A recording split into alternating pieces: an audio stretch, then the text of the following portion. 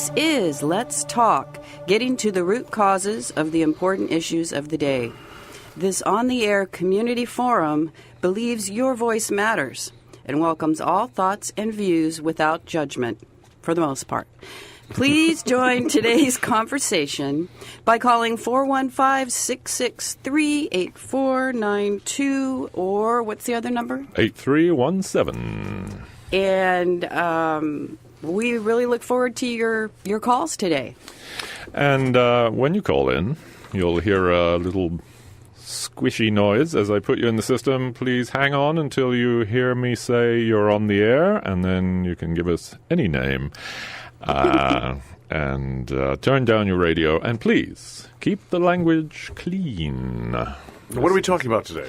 Well, today is the beginning, as it is March 1st. March is National Women's History Month. So I thought it would be apt to discuss women's role in the formation and the continuation of this great country. And whether they've been given short shrift, whether they've received enough recognition. That's a question? Here we go. Very well, Shelley. Oh, by the way, I'm Paul Raffel. Charles Schultz is here. Hello. Shelley Rugg is here, and Stephen Hurwitz. But not least. But what about sort of women role models in history? Do you think about the sort of great women who inspire us to this day? I mean, does that? Of course. Come into Give us examples. I'm Eleanor Roosevelt. Got it. Who would I say? Well, there's always Susan B. Anthony. She was pretty rad, I thought. A lot of the suffragettes, or suffragists, as some of them like to be called, were pretty amazing. Is that like the Rockettes? Maybe that's what they're trying to distinguish them. So they're trying to create a separation in people's minds between suffragette and rockette. I would hope. It's really amazing when you think about how few rights women had in this country. That's right. Up until like 1970. They had to have permission from a man to do a lot of different things. Yeah. Interesting. For example, I mean, 1970. Bank accounts. Oh. Birth control. Wow. That is still going on. Can you believe this? 2018, there's still a debate about birth control and abortion, and oh my goodness. Anyway, but that's all part of it, right? I mean, that's women's matters always seem to take a backseat to men's ambitions. I think, isn't that true in all walks of life? Maybe it is. For me, just reading over some of the achievements of women over the last 25 years, and the real thing is shocking that those things existed at all. What do you mean? Well, just like you said, you needed a man's. Women couldn't until 1975. Women couldn't sit on a jury. Really? Well, is that in every state in the union, or is it just in particular places? Supreme Court denies states' right to exclude women from juries. So it was a particular state that was attempting to exclude them. I suppose, probably Mississippi. Probably Mississippi. Well. There was an interesting thing back in the early 1920s, maybe it was 1920. There was a law passed that if a woman married a foreign national, she had to renounce her U.S. citizenship.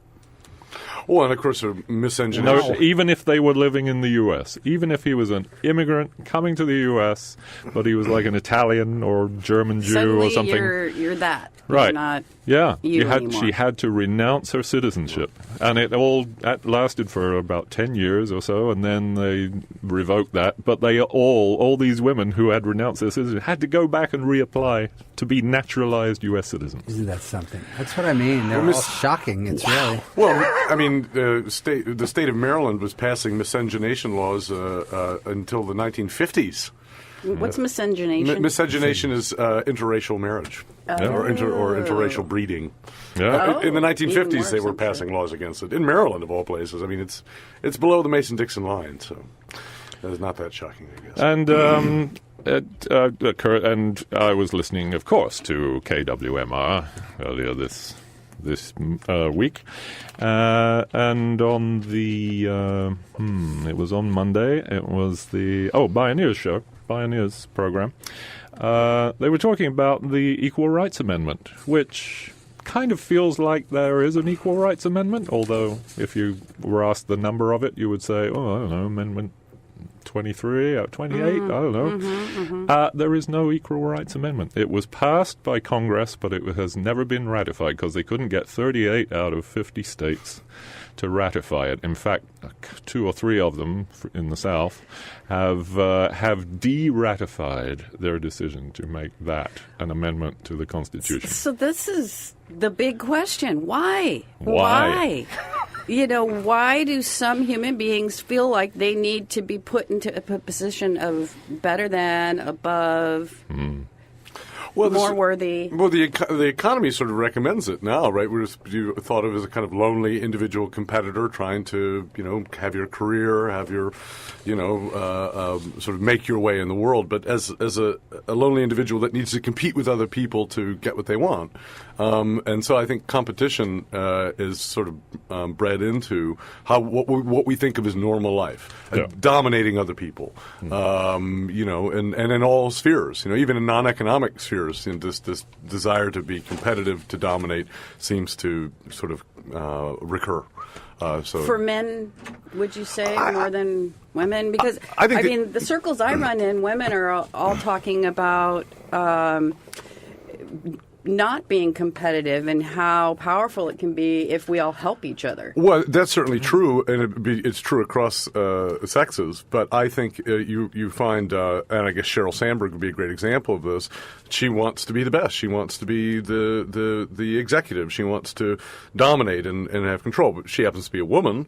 But she is in this space where she wants to behave as, and this is my old line. I'm not going to get in any trouble over the course of the next 50 minutes. My line is that second-wave feminism has only proven that you can take a woman and turn her into the worst kind of man the society produces, which is the executive, which is the CEO, which is the corrupt politician, and all those things. And so that can happen. So you're saying there's a myth of the progressive woman? Well, there are two views of this. One is that there are biological characteristics that make men and women different, which I think is just sort of plainly obvious. But the other is that what we say is femininity or being a woman or being a man is socially constructed. And I think probably both of those things are going on. It's not one or the other.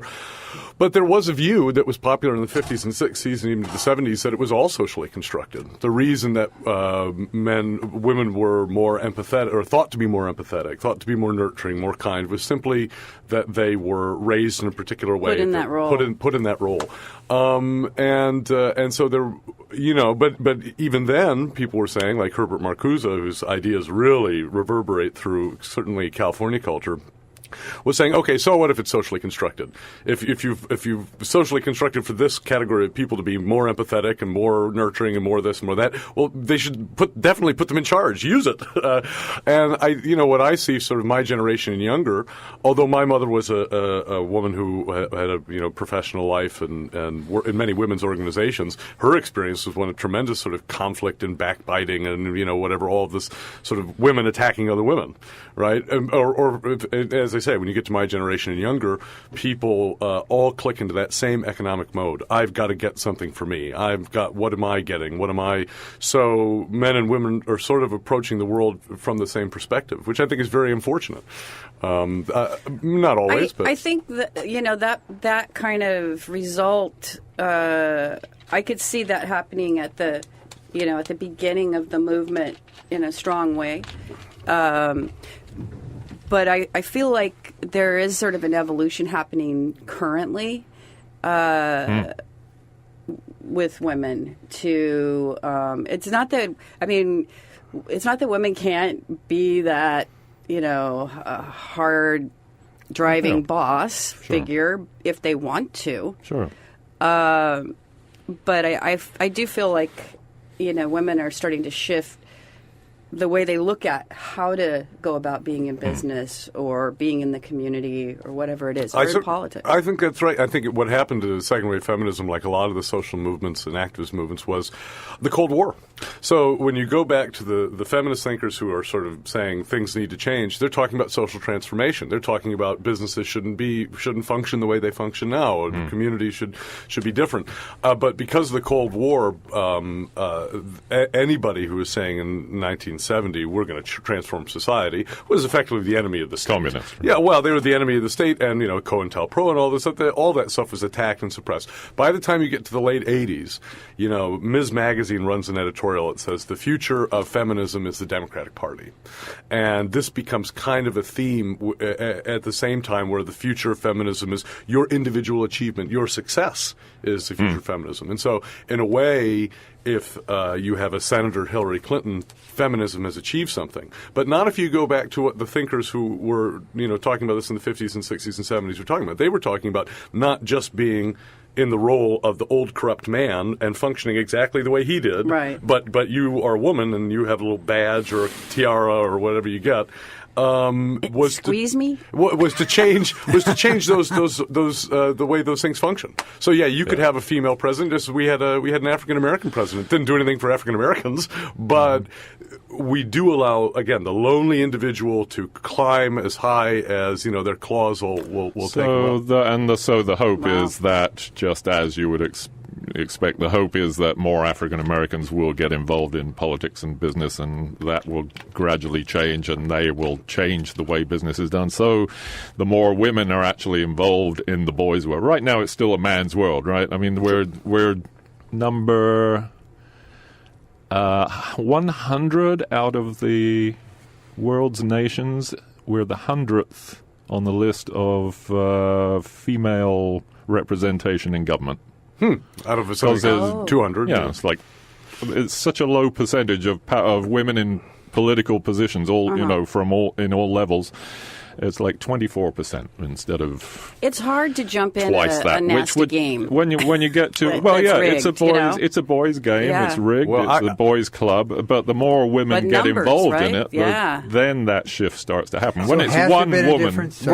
when there's one woman or two women, then they're competing against the boys. So has it been a difference having those women in the House and in the Senate? There's not enough of them yet. He thinks has it changed the way they do business? Well, I think he's thinking there's going to be some kind of critical mass, and then all of a sudden we'll have heaven on earth. Well, no not way. all of a sudden. I mean, it will shift, though. I don't. What I've seen is actually. So you have to understand. We come out of a gendered world, right? One that's sort of dying, where there are men's roles and women's roles, and separate sort of domains and spheres of power and influence. Now that world, for the last 100 years, has been disappearing, and it's being replaced with one which is more focused on equality and the fact that anybody can do the other person's job. But that puts people in a really it is a really awkward transition because I don't think we've quite worked out how to make that function. Yeah, but mainstream America really is not reflecting that. Tremendously. When you look at the maps, the red and the blue is just in this dense population, and then you've got the vast red center of the country who are really holding values that are different from these urban values. But I'll give you an example of just how complex it is and how much things have changed. You make it complex. That's the good news. I will show you how complex I can make it. Simplicity is your enemy. Somebody comes along with a really simple message, beware. Call in 1-241-563-8492. Give us a simple join message, the discussion please. on National Women's Month. Well, so Arlie Russell, women, please call. Yes, Arlie Russell Hochschild, who I interviewed on KWMR many months ago, has been picked up by the county library, and there's an article in the Point Reyes Light this week about her book, Strangers in Their Own Land, and it's a good book, and you can probably listen to that interview that I did with Arlie Hochschild on the internet somewhere, or you can deal with the Lights coverage of it, which, just kidding. No, so her book, she has a character in the book who's a woman. Her has kids with this guy. The guy says he's gay now, takes off. She is working, kind of single mother, successful and sort of making it.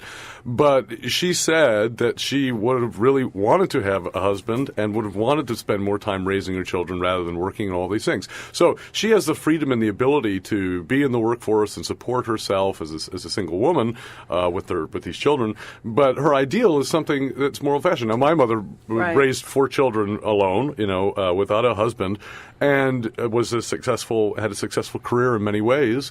But if you'd asked her, would you have liked to have worked publicly less and lived privately more with your family?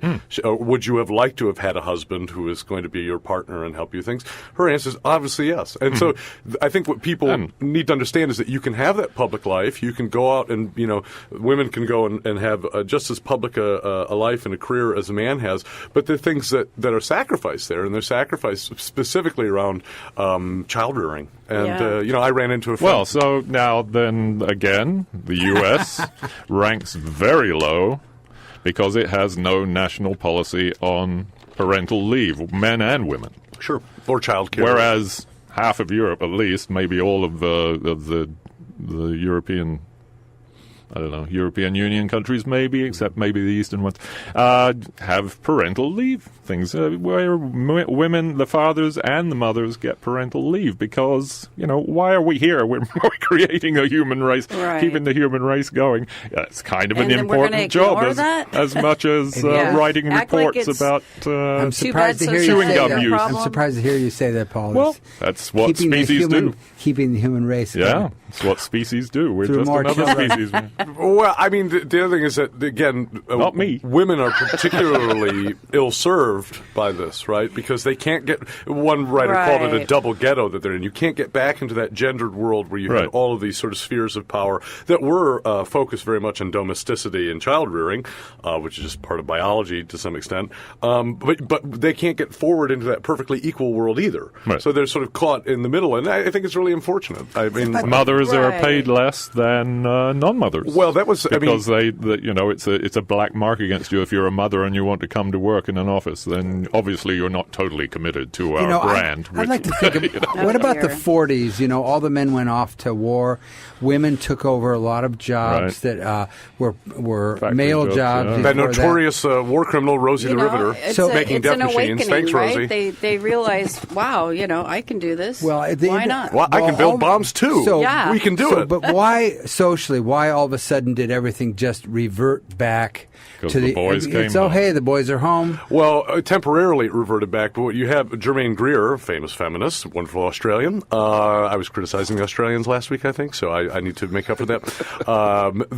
She said, women could have marched till their feet fell off. Corporate power wanted women in the workplace to attack the power of labor, to drive down wages, to dilute the workforce so there are more people, more insecurity for labor, and that was the function of these rights for women. It was a move by corporate America to make that happen. So, we can look at the positive side of equality. We can also look at the way equality is used very cynically. Used. Yeah. Well, so I mean, but in my view, once there is, as you said, a critical mass. Yes, once you get more women in there, which is the case in these European countries that do now have parental leave. It's only since sort of almost half of the representation is women, and they're standing up for, do you hear that, women? For things that are important to women and to men as well. I hope so. And to children. But I mean, Rosie the Riveter is a great example. It proved that you could have an all-female workforce build war machines. What is the activity? What is going on? Not what is the gender of the person in charge, but what is the person in charge doing? And to me, that is always the essential question. Not what do they look like? Right.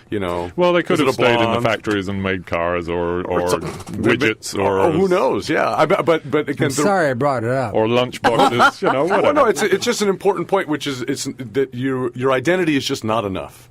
It's not enough to say, I'm a woman, that means something. It doesn't mean anything. I'm a man, that means it doesn't mean anything. What are you doing?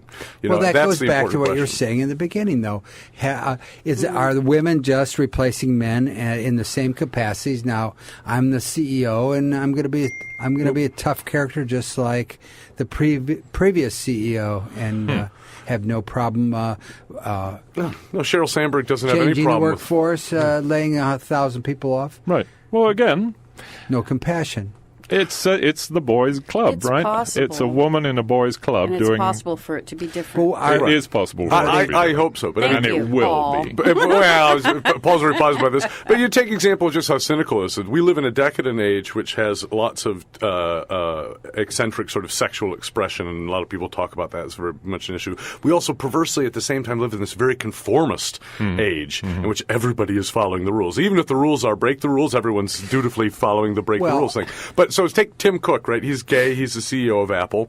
Indiana passes some law that is to attack civil partnership or marriage or something like that. And he says, Apple's not going to do any business in Indiana. Now, Tim Cook is the head of a corporation that has a slave army in China who have no rights, making this stupid little phones everybody's walking around with. He doesn't give a damn about them. That's the bottom line. That's how we make money. So you get a lot of this symbolic stuff. Sure. So again, So that's right. So the profit-driven corporate identity. It doesn't matter whether it's a woman in charge or a man. The profits are really what it's about. I think so. And if a woman can deliver the profits, fine. If she can't, then she's replaced. I Maybe think- even by another woman who can deliver. But go even further than that. I think women are terribly misused in politics because I think that they have a conservative effect on bureaucratic structures and politics itself.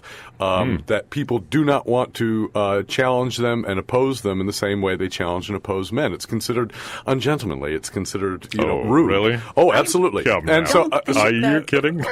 well, so why? Are you saying that men are respectful towards the women? And I don't think they're treated. I mean, this is a big debate. People say Hillary Clinton was really worse treated than any man in 2016. The other side of that argument was actually she was treated with kid gloves by comparison. And I think there's probably room to make both points. I don't think one is absolutely true and the other is not true. I'd like to see kid gloves on Donald Trump. That would be a Wears wonderful kid. thing. What I part? can see him wearing kid gloves. Ooh, real kid gloves. Can we No, get some people hate callers? that. Well, Tiny get some little people kid to gloves. call in and Yes, just, please call in, won't you? simplify this conversation. Tell us what it's meant for you. Why can't the world just be simple?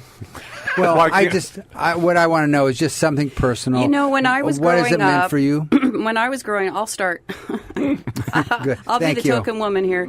I grew up in the 60s, and my family went to church, but the church we went to was very forward-thinking and cared a lot about humanity and wasn't probably as religious as other churches. Unitarian? Yes. You figured it out from the clues. So I grew up, and my parents were sort of, the hippie generation. I really felt that I had all kinds of choices as a woman, how I wanted to proceed in life. Did I want to get married or not?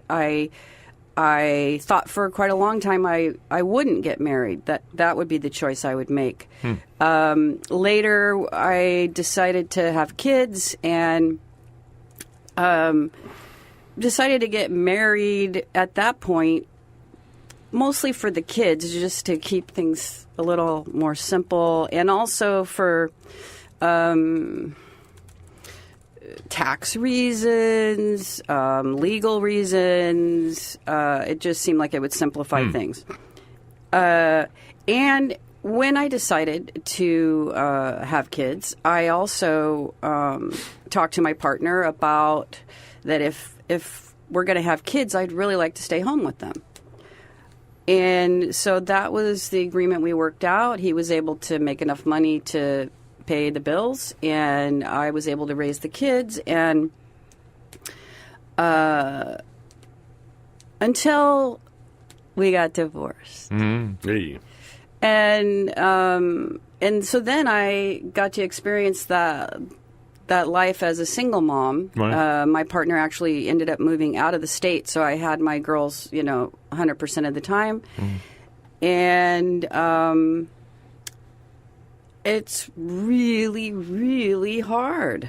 It's really hard to, bring home enough money to pay the bills, take care of your family, but then, not be there for them. Yeah, it's much, impossible.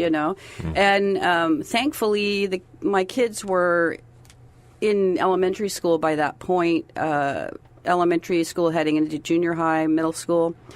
And so I was able to work it out with my employer to be able to drop my kids off at school and at the end of the day pick them up. My schedule was such that I could do that. So I at least maintained that connection. Great. But, not everybody can do that. That's and right. it's just so hard. And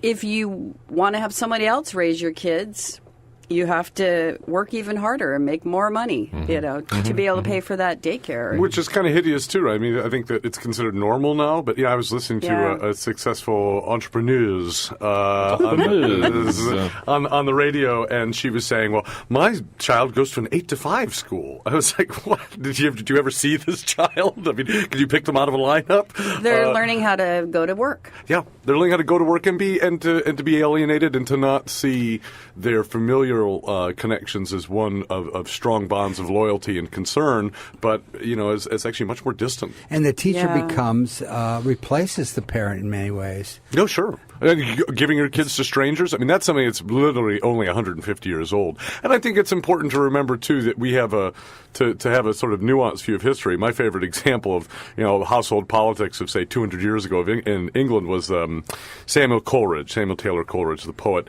lived with his wife and for a while with Thomas de Quincey. Thomas de Quincey is famous in history for being an out-of-control drug addict, as was Coleridge himself. Yeah. So here, exactly, drug addicts living together. Here's his wife. This is what their day would be like. They would get up at dawn, clean the kitchen, do all the dishes, light all the fires, and then at 9 or 10, Coleridge's wife would get up and she would make breakfast, but only after they had done all the cleaning. And so you go back in time, you see a tremendous amount of cooperation between men and women, even drug addicts and women, and talented drug addicts. Which today this lonely competitive society, it's all set up for you to just be a lonely consumer, to stay in your apartment and buy stuff and take trips and play with your phone and serve the economy essentially in that way. It doesn't actually recommend or certainly promote cooperation and seeing people of how are we going to cooperate to make something work. It's always asking you to look at really specious equality, to identify yourself with, like men and women or black and white or all of these things, is to drive people apart and get them into conflict. Which to me is it's awful. But we participate in that, and there's a certain kind of vulgar pride in identity, which I don't think is any help at all. The sort of gender war. There's a young woman in the community here who's very talented, and men are the worst workers. White men are the worst workers. The best workers are brown women, and she goes through all the categories, and after whatever, a trained raccoon, white men are way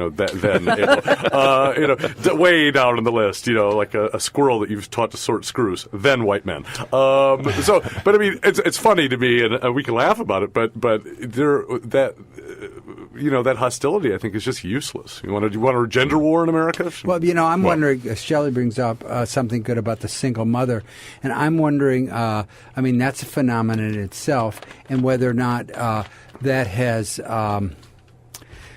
stifled progressive change in terms of women's history. Whether all of a sudden being involved in politics, being involved in all the things that were movements driving women's lives forward, all of a sudden they don't have the time, they don't have the energy. Living in a fatherless home makes it twice as hard financially. Where does that go to the old days where they said, we don't need men? We, for our family, we can do it ourselves. Well, they took on too much. They wanted to be the perfect professional and the perfect mother, and it fails. You have to choose, and there's some loss in the choice. Has this hampered women's advancement? Well, the thing is, it's a species. Culture, yeah. It's a species problem, though. I mean, the thing is, as Paul was saying, the species survives because it reproduces itself, and there is no way around. What does our token woman have to say about that?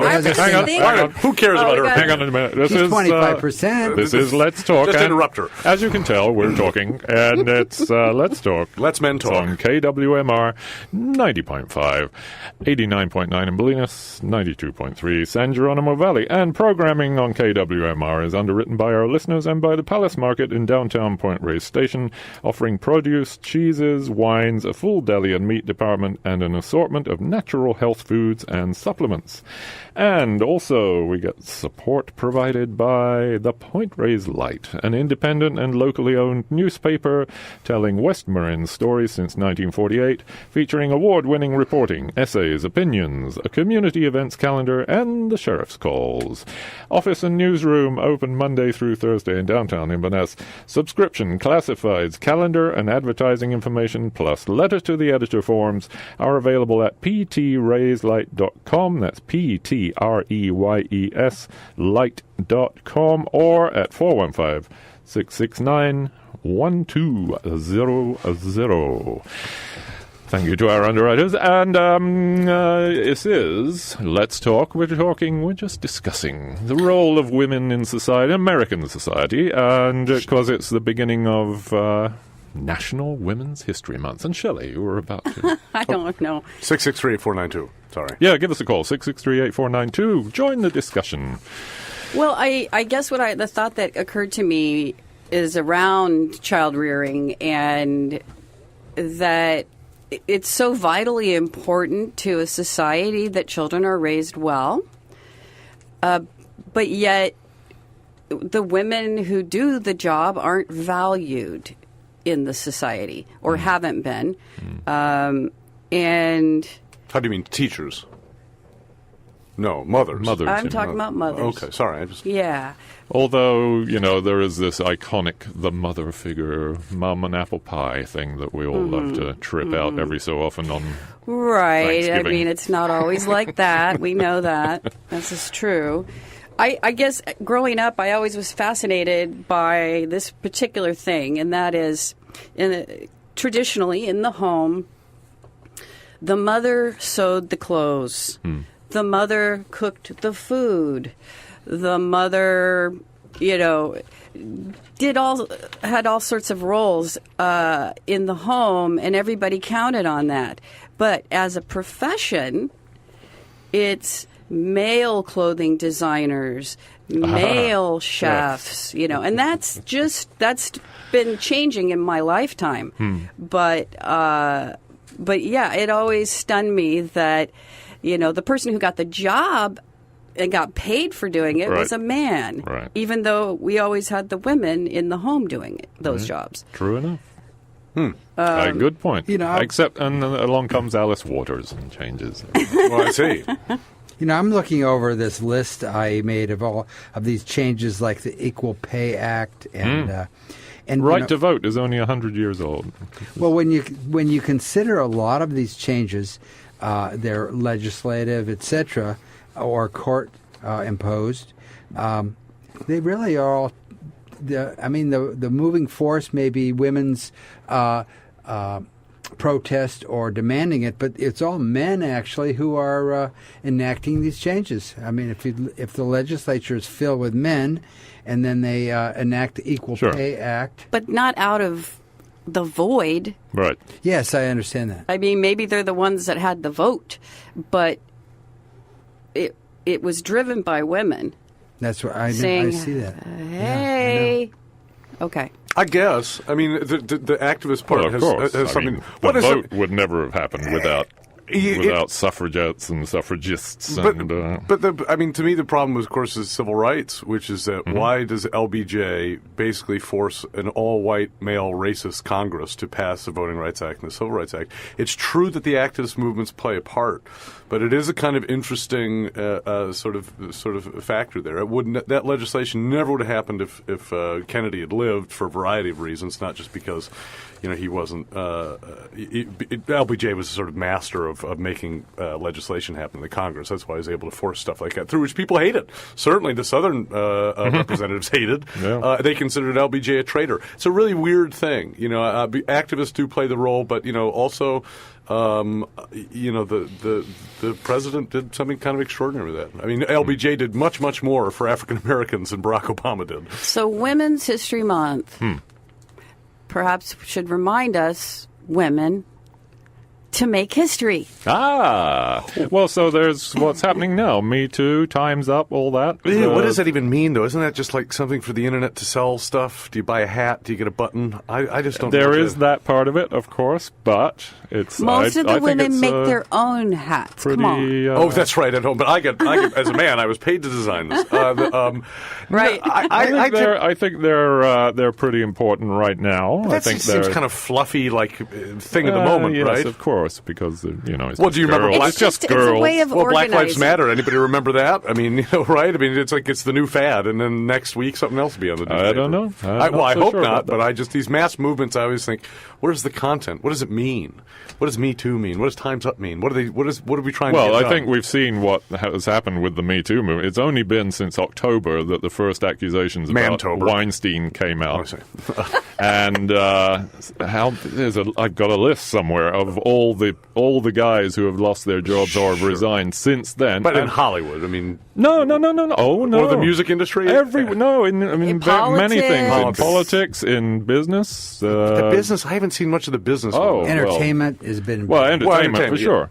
Because that's where the girls are, and that's where the men are really powerful, and they can hold threats over these girls. And it used to be, and it was really something that was sort of in the earlier in the movie industry. It was the casting couch. It wasn't something that was a big universal condemnation. It was sort of. That was how business was done. I guess it depends on who you talk to. Yeah. I bet you the women were condemning it behind or everyone's making their careers on it. I mean, well, they there's may always have, that side. But it's been wrong for a long time. It's been wrong for at least since the 30s, since the 20s, whenever the casting couch first happened. I think the entertainment industry has been 100 years of harassment and sexual 100 years of manipulation. It's always been that way. Yeah. Does it have to always stay that way? Well, but, the entertainment industry has always just been sleazy to begin with, so I really wish it would have focused. But you're right, Shelley. You're right. Does it have to always stay that way? I think that's what women's movement is about. Yes, maybe. Absolutely. I just think it's inchoate. It's the who, which one. It lumps everybody together in one sort of category. There's all this emotional outpouring, and then what's going to be accomplished? Well, so what is being accomplished is that women are finally getting the courage because they're seeing... Because there's a mass number because even coming though together. We all knew that every woman has experienced sexual harassment in her lifetime. Well, what about me? I've been exploited by women all my life. Every woman in the... do not joke on this subject. And it's now coming to a point where there is a critical mass of women who are speaking out, finally. Now students 20 years after it happened, but they're speaking out and saying, yes, this guy took advantage of me when I was trying to join his company. I think that's great for catharsis. And it's great, but I think it's great for women to be finally heard because they...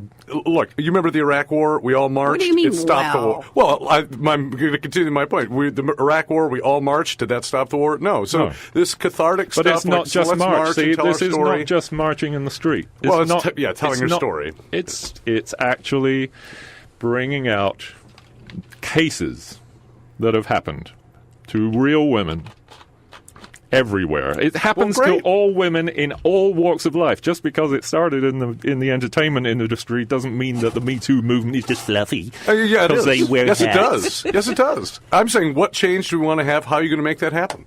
That's a real thing. They are making it happen. Have the catharsis, tell your story. They're exposing men who are sexual predators. So that's the end of the story, then. That's all men are paying the price, and it's going to change. The workplace will change. I think it'll shift. I think that if anything that people use to to advance themselves or to take advantage of other people unless you actually structurally transform the way the economy works. You're just going to get sexual exploitation in different forms. It'll shift into some other realm because the economy is not going to change. And so that, to me, would be how incomplete the economy doesn't have to run on sexual harassment. Well, Hollywood runs on sexual exploitation, right? Certainly. It's about, they don't... It's not just Hollywood. Okay, yes, the entertainment industry, yes, that's where it started. But it's not just Hollywood. It's throughout industry now. We'll see. What? I wish I had the list at my fingertips. Yeah, We'll see. Power outage, no printer. Well, when Steve Wynn, right? He resigned. He was we the could CEO always of just his close company. this. Why? What is that doing? Oh, I don't know. Maybe it was giving you clues. Oh, I know. Clues. I know. I was trying to think. I want to see the CEOs. Well, we did have one, Steve Wynn, right, who's been a sleazeball forever and is in the casino business. That's not about exploiting people anyway. He did resign. But, when the bank presidents start falling, then I'll, that it would be more interesting. I think they will. Hopefully. Because it's happening everywhere and has happened everywhere for how long? Has this moved into other countries, this Me Too? England, certainly in England, yeah. Right. Europe, I'm sure. Mm-hmm. Yeah. But they're ahead of the ball. Oh, by the way, speaking of international, Saudi Arabia puts a woman in a top government position. Let's see, where is she? A deputy labor minister. A rare high-level job for a woman in the deeply conservative kingdom. And they even allow them to drive now. Women can drive. Not yet. Oh, not yet, soon. She will be able to drive to work later this year. And then the self-driving cars are going to come along and I think we have a caller. Hi, caller, you're on the air. What's your name, please? Hi, my name is Maya. Maya. Here is my friend Betty, and we're exclusively listening to your show right now. Excellent. So that we can hear Shelley. Just wanted to... Hi, Maya. Thanks for calling. Hi. Yeah, I think it's really awesome that you guys are doing this, but I also think it would be a lot more awesome if Shelley was allowed to talk more and if maybe there was more than one Very good point. panel right now. Come on down, Maya. Yeah, come in. Great. I can't right now. I wish I could this is great, but this is like you guys mansplaining. Oh. Yes, that's how it works. I've got a new thing. Charles. I've got a new thing for West Marin. It's called grandsplaining, and I think grandsplaining is epidemic here in West Marin. We need to stop it now. I don't even know what that means.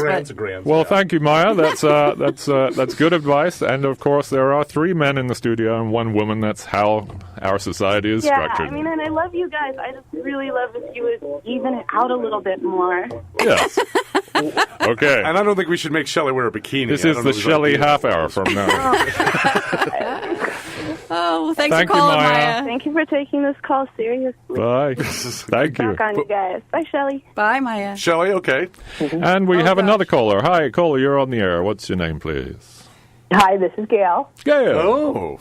Keep it clean, Gail. Uh-oh. Oh, yes, I'll try. Uh-oh. Well, I first of all, I want to really appreciate you, Paul, for kind of holding your ground on the importance of these movements and the progress that is made and is being made. And I also just thought it was an interesting comment. I think we all had the experience of marching against the beginning of the war in Iraq and the futility of being ignored, but I just don't think that justifies not doing it. I'm not saying don't march. I'm just saying do more. There's got to be something that happens the day after. Something more tangible. Well, do both, but right.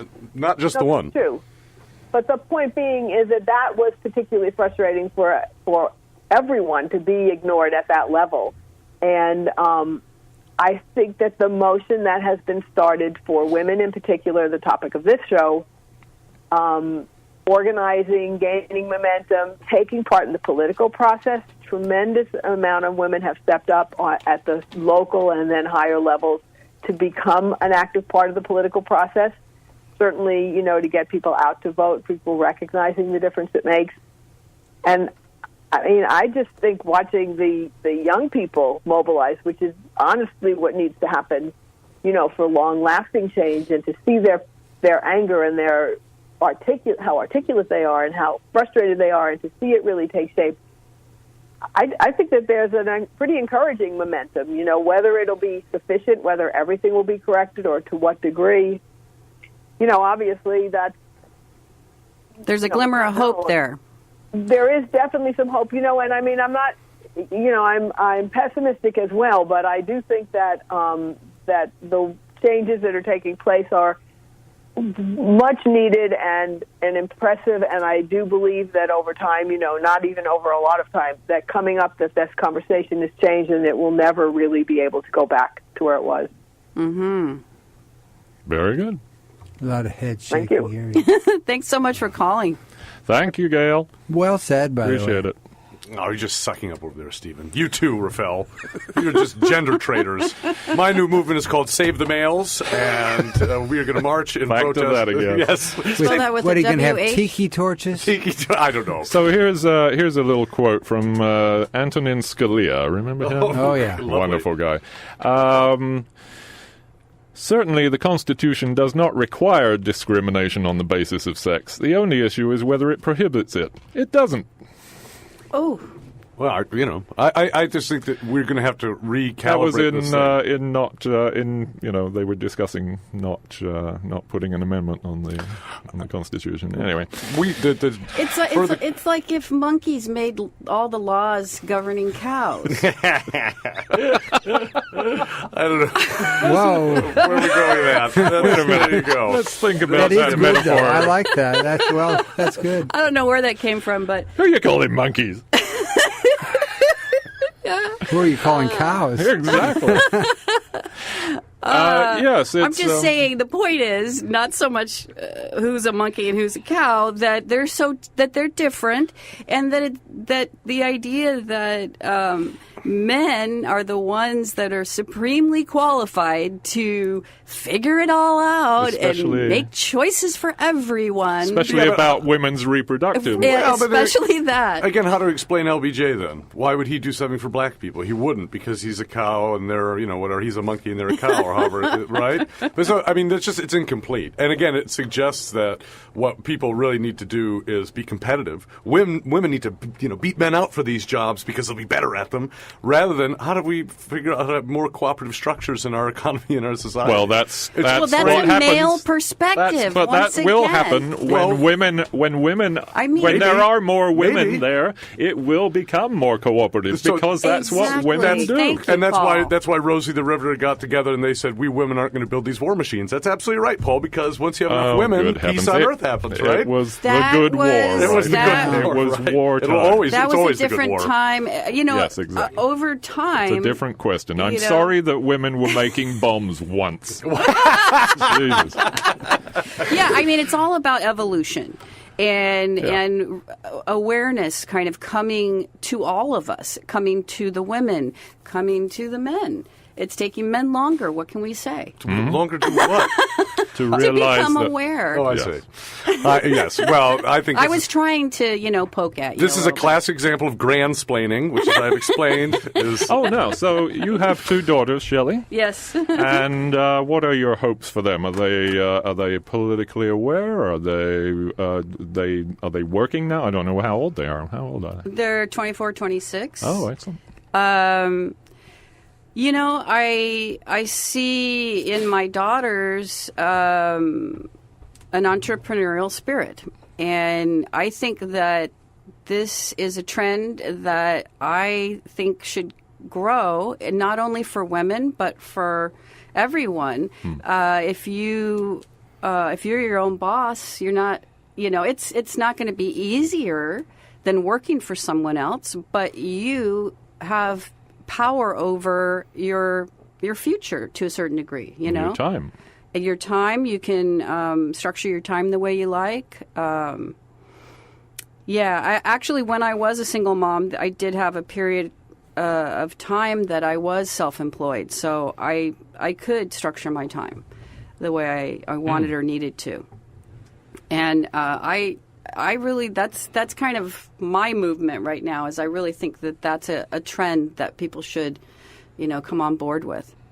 I mean, I would think also if we, when in doubt, shift the conversation to poverty, because you'll disproportionately be talking about the things that affect women and minorities, and minority women especially. So this the conversation about why do we live in such an unequal society economically is one that isn't Charles the white man is just trying to control the conversation and not make it just about women. No, when you talk about that, you're talking about the majority of the population, and you're talking disproportionately in poverty about women and minority women. So to me, like, how do we get away from this thing of man bad, woman good? I mean, it's like, that's really? not what it's about, though. Oh, really? That's not what it's about. There are bad men, and they are the ones who are being exposed, even if they want to expose themselves anyway. If you want to label bad, you could say there's bad women, too. Of course. Oh, sure. But, I mean, It's that's people. complexity. There are Steve does a bad lot of people. complexity. Yeah. At least I'm just talking about for this program. No I'd complexity for this program. Okay. There are good people I'd and like bad to hear people. from some women. Of course. Well, call who 663. can add just some 663-8492. straightforward. Here's something. Me too in the science. Me too in the sciences. Field trips to, for instance, Guyana or somewhere. 90% of the field staff are male. Reports of sexual harassment.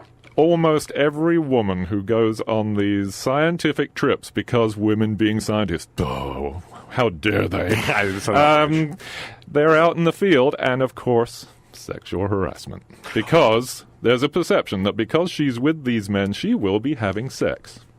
Valid or not, this is discouraging for women. So it's every walk of life. Everywhere there's a woman and a man, there is a possibility of trouble. We're animals, right? Let's put it that way. We're tropical animals at primates. heart. So how to deal with that, though, right? I mean, what is the... Should there be a kind of new chivalry? A new way people are supposed to respectfully interact with each other? Yes, actually treat a woman like another human being, as you worthy of yourself would respect. like to be treated. Well, that's very fraught, too, because... That's simple, though. That's pretty straightforward. What's the problem? I have to actually say it. Thank you, Steve. I have to, because it's complex and it's not, for 4-year-olds, so it takes a second to explain. Is that people want to be treated as some kind of genderless, sexless equal, but then we all act. Hold on a second. Stop it.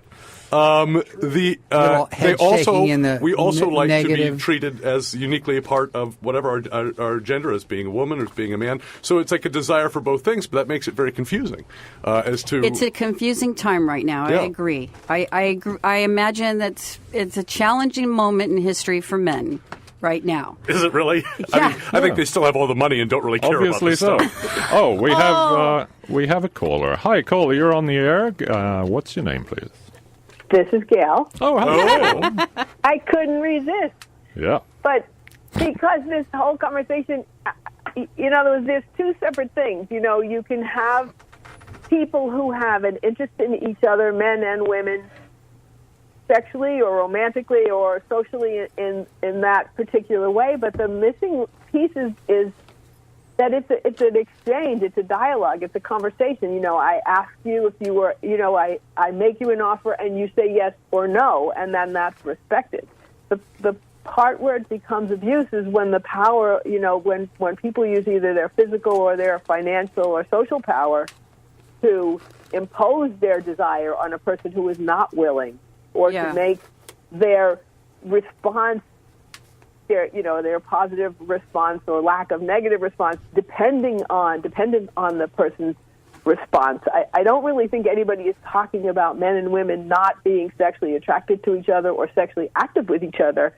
What you said, is that, it is a confusing time because people have to reconsider things that they were doing possibly automatically. They have to rethink and And that's the raising of the awareness. Exactly, which is what is happening, which is what is required, which is good. From my point of view, obviously from many, but it doesn't have to be all lumped together like people are incapable of managing those transitions, or renegotiating those relationships, or, we do hard things all the time. It's just worth it, now, and it's brought up to that level of attention where it can't be ignored, or at least hopefully won't. I mean, even in the Me Too movement, the celebrities, all intentionally chose women in the field, women in, night workers, many of the fields that are without the same voice and power, to draw attention to the harassment in those fields and to start a movement for them to be able to protect themselves and to insist on respect and safety. Well, Gail, can I ask you, so whenever we have political conversations, we invariably not talking about West Marin. And there's a good reason for that. And the good reason for that is that, actually, privileged, educated people in many cases tend to be more sort of open-minded and respectful. And so this isn't a terribly sexist or racist place. Well, very little opportunity to be racist if you wanted to express that. But my question is, I know of people who have used positions of power to attempt to sexually exploit other people in West Marin, but I'm not hearing any Me Too stories from West Marin. Where are the women of West Marin to sort of stand up and... Good question. So it's always like it's happening someplace else. Somebody else is doing it somewhere. Certainly on the ranches, and certainly and certainly. Oh, in the culture industry out here, I can think of an example. Of course, I can't reveal. Anyway, thank you, Gail. Thank you very much. We're going to have to wind it up. So, yeah, I really appreciate you calling.